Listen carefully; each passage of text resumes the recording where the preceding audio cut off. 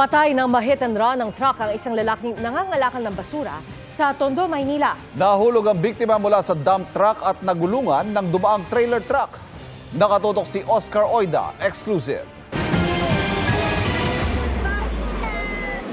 Hindi maawat sa paghagulgol si Josephine.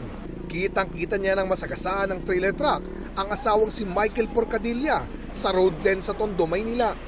Kita sa CCTV sa lugar na bago ang insidente, abalang nangangalakal ang biktima habang nakasampa sa nakagilid na dump truck nang bigla itong mahulog at magulungan ng dumaraang trailer truck. Ano po ba nangyari?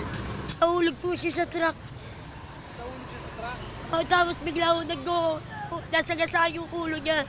Daut balas po siya. Bakit po siya nasa truck? Kumukuha ko ng kalakal. Halos maglupasay si Josephine at panay pa ang sigaw, pero ang nakasagasang truck.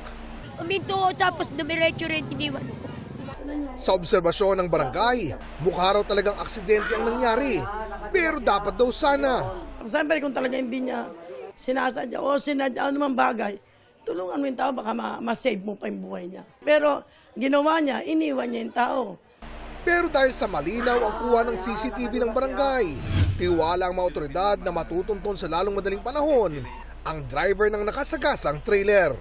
Para sa GMA Integrated News, Oscar Oida, nakatutok, 24 oras.